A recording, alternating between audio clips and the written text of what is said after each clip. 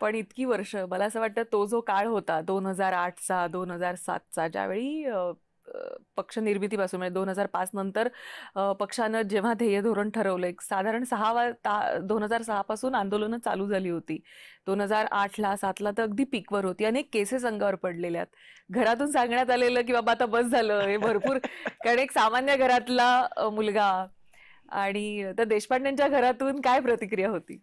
नाही, देशपांड्यांना म्हणजे माझ्या वडिलांचं जर समोरच्या फुटपाथवर पोलीस स्टेशन असेल तर ते ह्या फुटपाथनी जायचे, त्या फुटपाथनी पण जायचे. त्यामुळे असं घरी तर राजकीय वातावरण नक्कीच नव्हतं. पण मला असं वाटतं हीच आमच्या पक्षाची ओळख आहे की एका सामान्य घरातला मुलगा आज माझ्यासारखा त्याला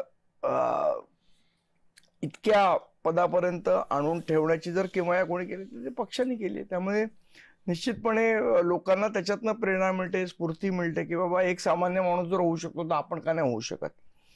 मला असं वाटतं हीच पक्षाची ओळख आहे. पण त्यासाठी म्हणून अनेक त्याग करावा लागतो.